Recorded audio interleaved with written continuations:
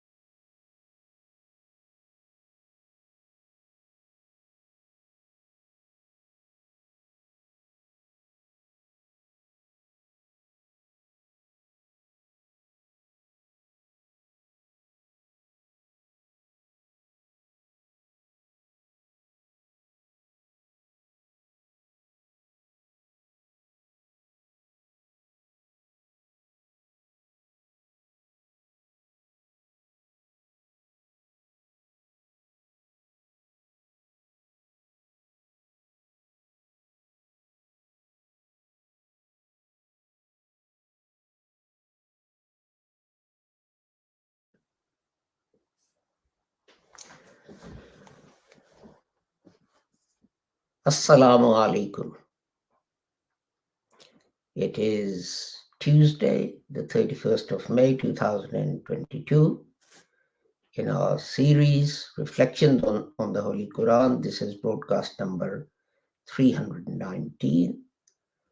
And we are talking about use of the words in chapter 2, verse 101 of the Holy Quran. And this is the seventh part of our considering the words of this verse of the Holy Quran. My apologies for a slight delay in starting the program. This was due to a slight technical difficulty, which has been overcome quite quickly. Thank Alhamdulillah. So let us turn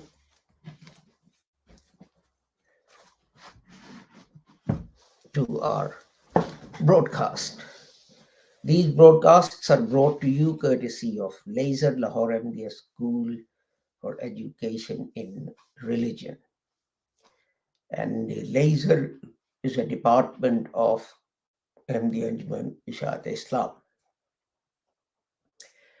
The Ahmadiyya Jamaat was created by Hazrat Mirza Ghulam Ahmad Sahib, and she taught us that although other people say that after the Holy Prophet Muhammad, a prophet can come, this is incorrect, because the Holy Quran says about the Holy Prophet Muhammad that he is Khatamun Nabiyyin.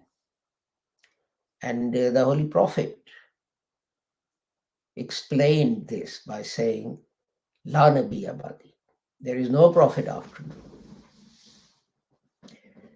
And Hazrat Mirza Ghulam Ahmad Sahib Rahmatullah Alayh taught that his claim is that in accordance with the Hadith, he is a Mujaddid, a reformer, who are to appear amongst the Muslims from time to time to guide Muslims back onto the correct path after they have strayed.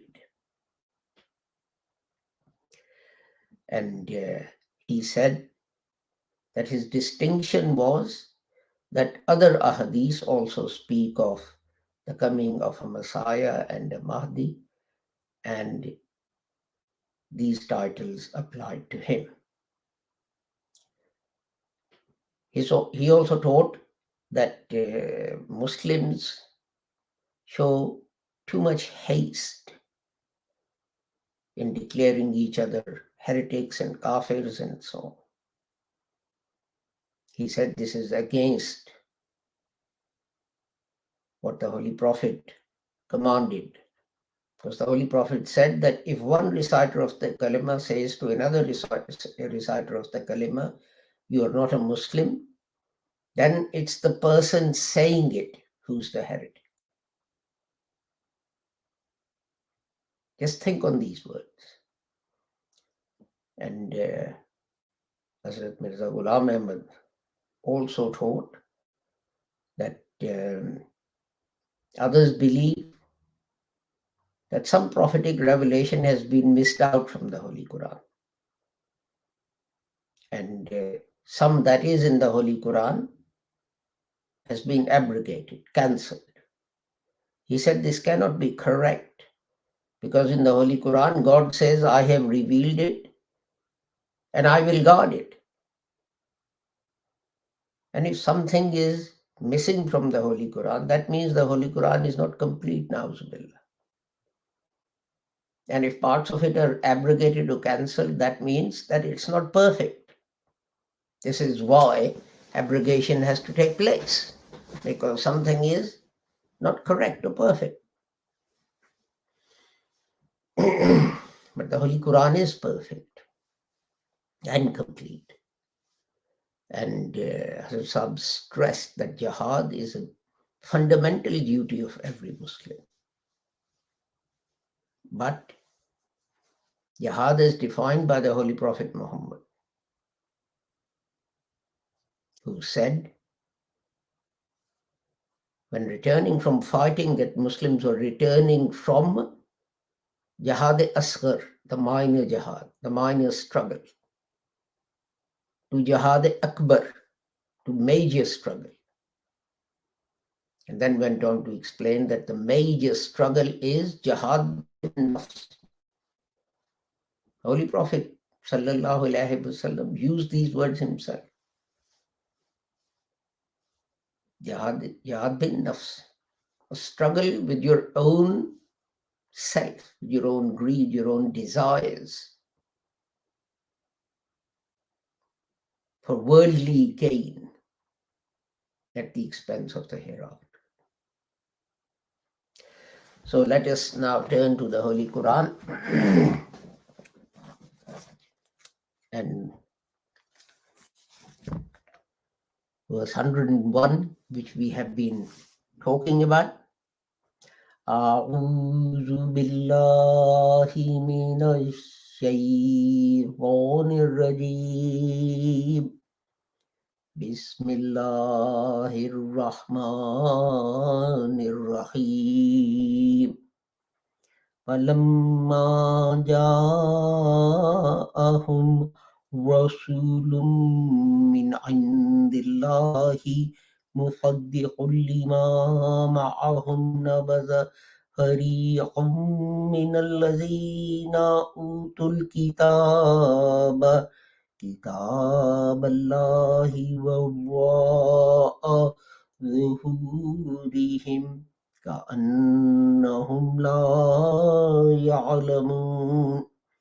And when there came to them a messenger from Allah verifying that which they have, a party of those who were given the book through the book of Allah behind their backs, as if they knew nothing. So today we will talk about annahum la ya'lamun, these three words. So let us turn to my notes.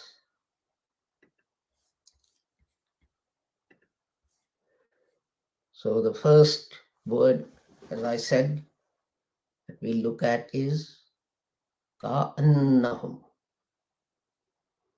Now, this has two parts.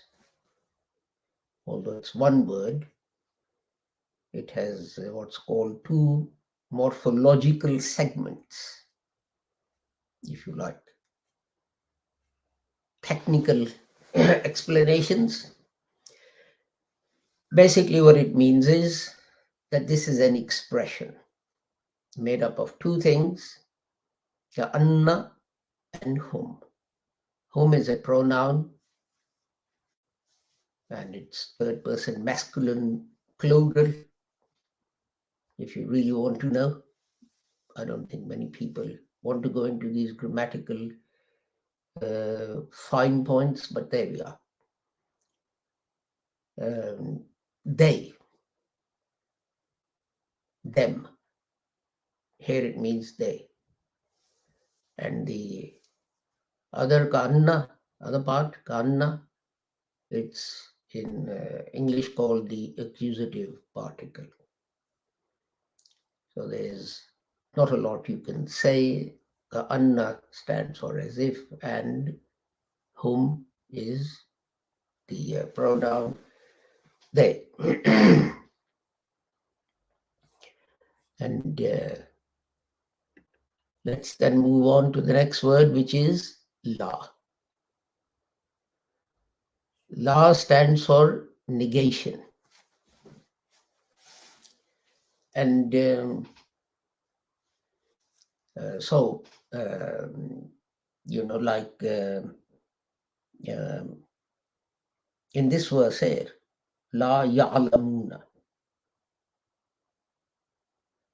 So, ya'lamoon, we'll come to that in a later. Knowledge, knowing. La, opposite of that, no. As if they have no knowledge. But the thing to remember about la is that it completely negates what it's referring to. Here it's referring to ya'lamoon, about these people's pretense of not understanding. And we have the same thing in the hadith that I refer to in every broadcast, which says, La Nabiya Badi. La, no. Nabiya, prophet. Bad, again, Badi has two parts, Bad, after, and E or Ya at the end of Bad is the pronoun. So it has two segments, Badi. Bad after, and that Ya means me. Kitabi, my book. Kitab, book, adding a Ya at the end, that's a pronoun, my book. Belongs to me. What belongs to me? The book. Same applies to the common words, Maulvi, which is used for an imam or a religious leader or someone with knowledge of religion. Maula actually means my lord. Lord. Adding ya at the end makes it Maulvi, my lord. Maulana. Maula, Lord. Na, our Lord. So these pronouns are being added to the noun, and it's become a title for certain religious leaders. So I'm going into that to explain to you about Badi. Bad, after. Me is the pronoun. After whom? After me. La. There is no. Absolutely no. Nabiya. Prophet. Bad, the, after, the, me. Now the Holy Prophet clearly says that after him there is no prophet. Law is absolute. It's absolute denial of what follows. Absolute negation. That doesn't exist. It can't happen.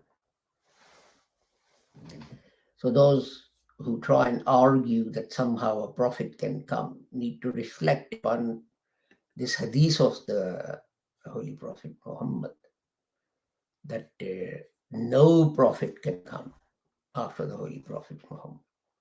Whether it's old or new or green or brown or purple or black, no prophet can come. Next word, yelamoon, the last word of this verse of the Holy Quran. Its root, literal root, is Ain, Lam, and Mim. And it occurs in the Holy Quran 854 times. And 14 words made with these three letters appear in the Holy Quran. 382 times it appears as Alima, and 163 times it's the word Ali, and 73 times as Alameen, and 49 times as Alam, and 41 times as Allama. What else do we have? 18 times as Alim, and 11 times as Ma'alum.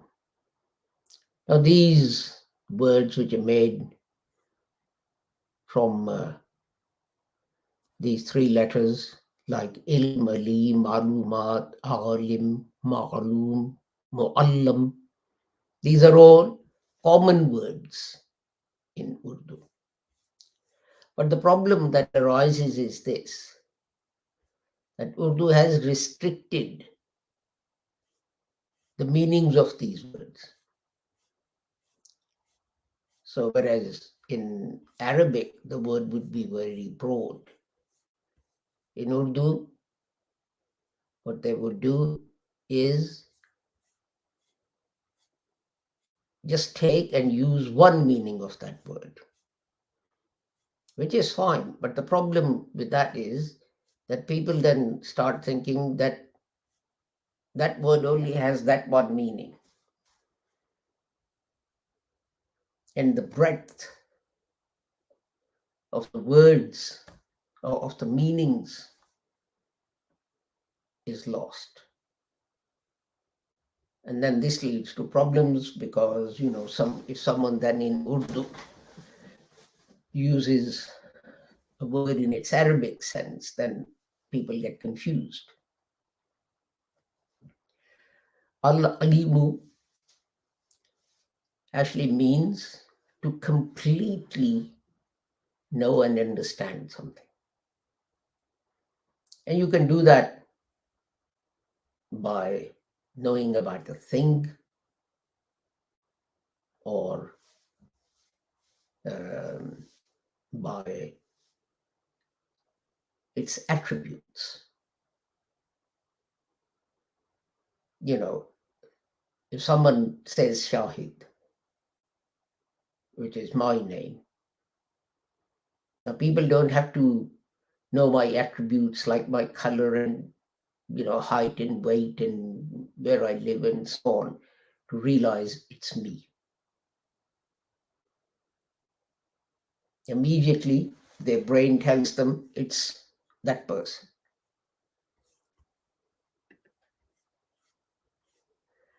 But if you are describing something by its attributes, then you have to go in more detail. So what the Holy Quran does is sometimes it refers to exactly the opposite to define what it's trying to say. Like in chapter 8, verse 60, it says, La ta'lamunahumullahu ya'lamuhum. And those that you don't know, God knows. God is aware of them. So you see, this attribute of God of knowing everything is established by the negative of human beings, that they don't know everything. So what you don't know, God knows.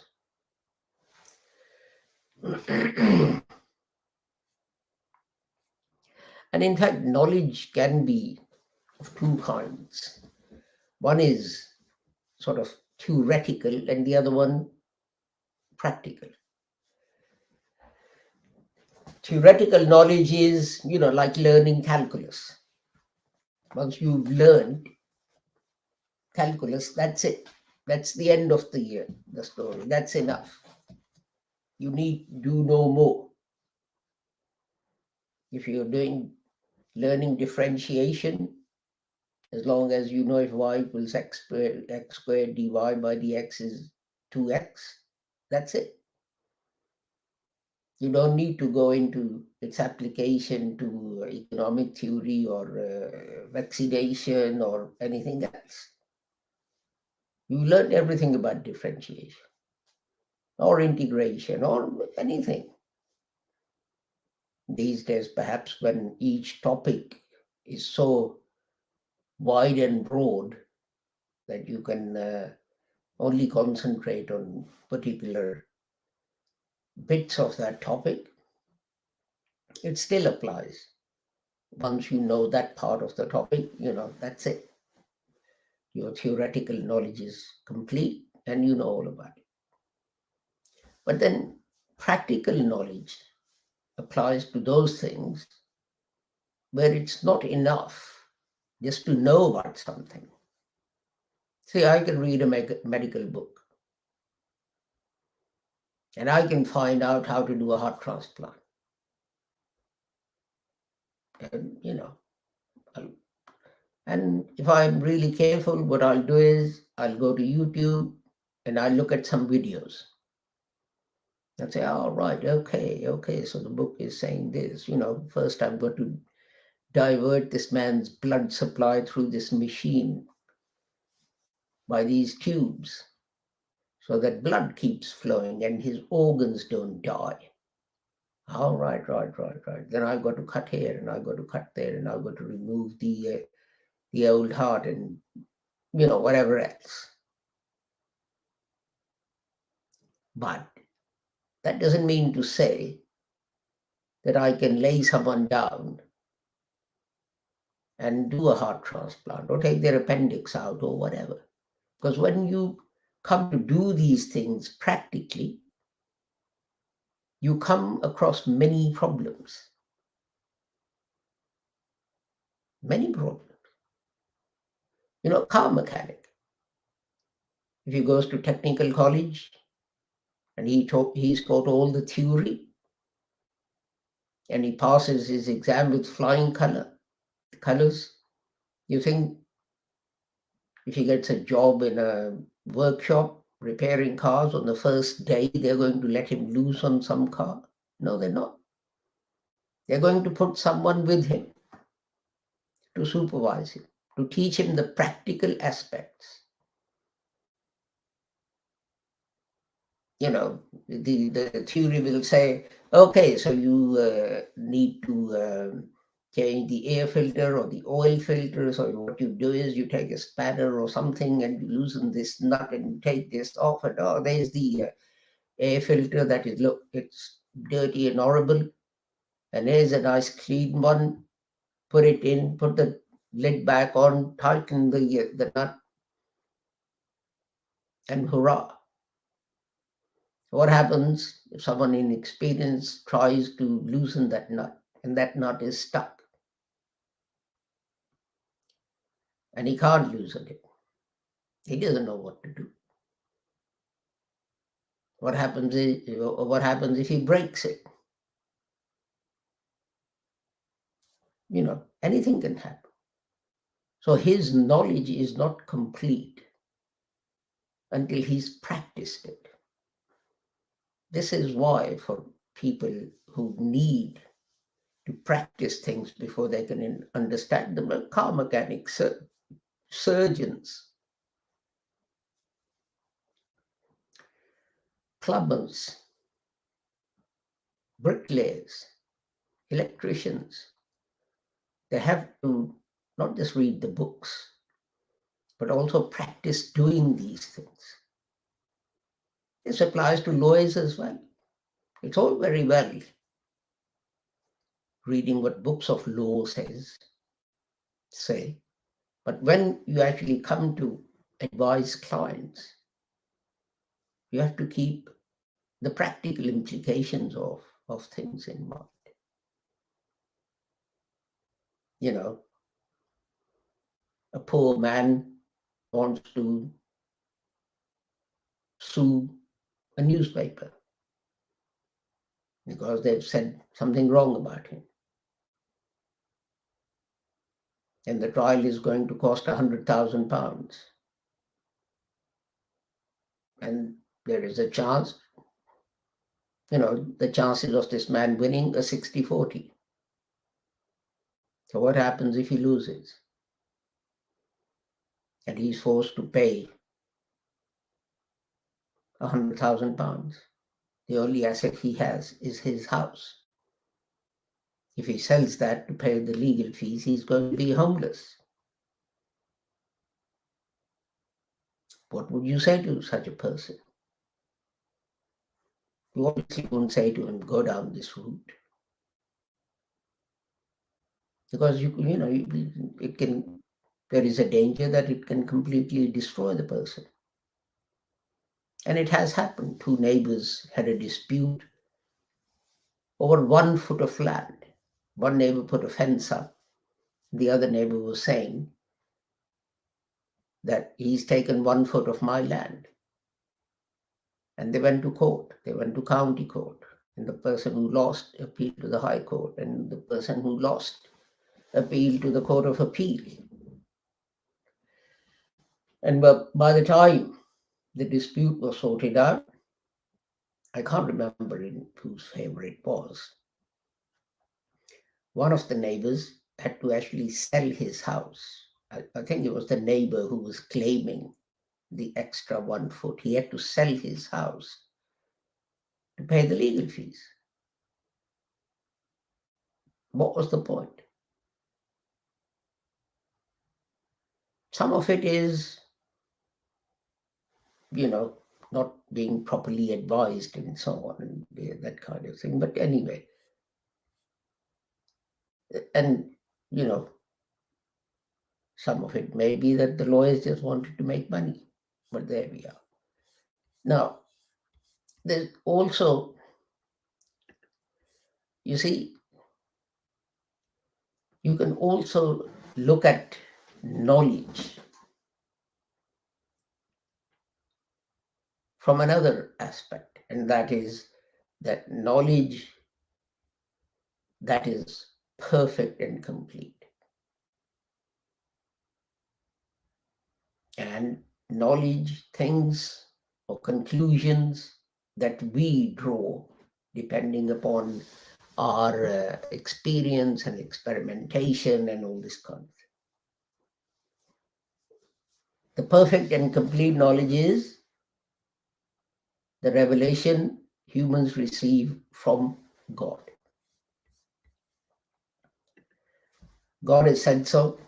Well, in that case, if God has said so, that is the end of the story. And that was Hazrat Mirza Ghulam Ahmad's point, that God has told him Jesus has died. This is why those people who say that God has stopped speaking to people are wrong.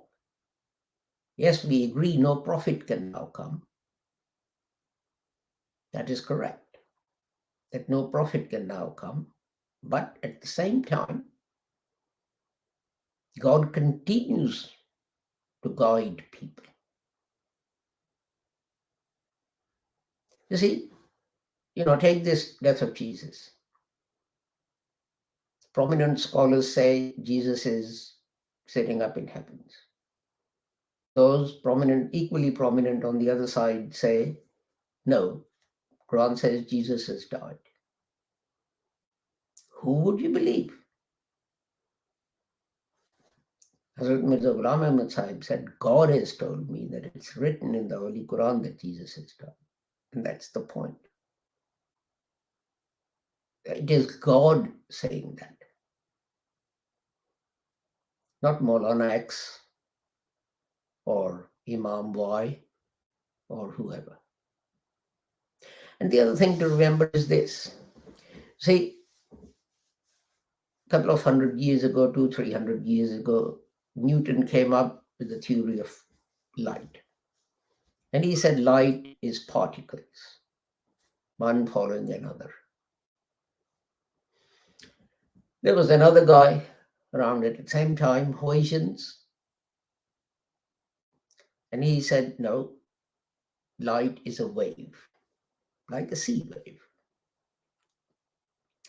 Why did Newton say light were particles? Corpuscles, I think he called them. Because that explanation of the nature of light explained some of his experimental results. Huygens said it's waves because if he said light is particles traveling in a straight line, that didn't explain his experiments or other experiments. So he said, okay, if light is a wave, then those results are explained. Then much later, people started saying, well, both Newton and Huygens were right. In some circumstances, light behaves like particles traveling in a straight line. In other circumstances, light behaves as a wave. So, another theory came up, wave particle duality. It's called, I think, of light and so on. The point I'm making is that our knowledge, however certain we may be that what we've discovered is correct, is always subject to change and correction. Like in the example that I've given you. The only certain knowledge is knowledge given by God. Now, what happens if the Muslim Ummah goes astray? Mr. X says, do this, that's the right thing, this is where you're going wrong. Mr. Y says, no, no, no, no. It's not that, it's this. Who do you believe? This is why, although no prophets can come, there'll be no new law or so on from Allah, but Allah will send reformers whom He will guide to tell people where they're going astray. With that, I take my leave of you with the prayer that whoever you are and wherever you may be, may Allah keep the whole of humanity safe and sound and free from harm. Inshallah, we will meet again tomorrow at the same time. Assalamu alaikum, Khuda Hafiz, goodbye.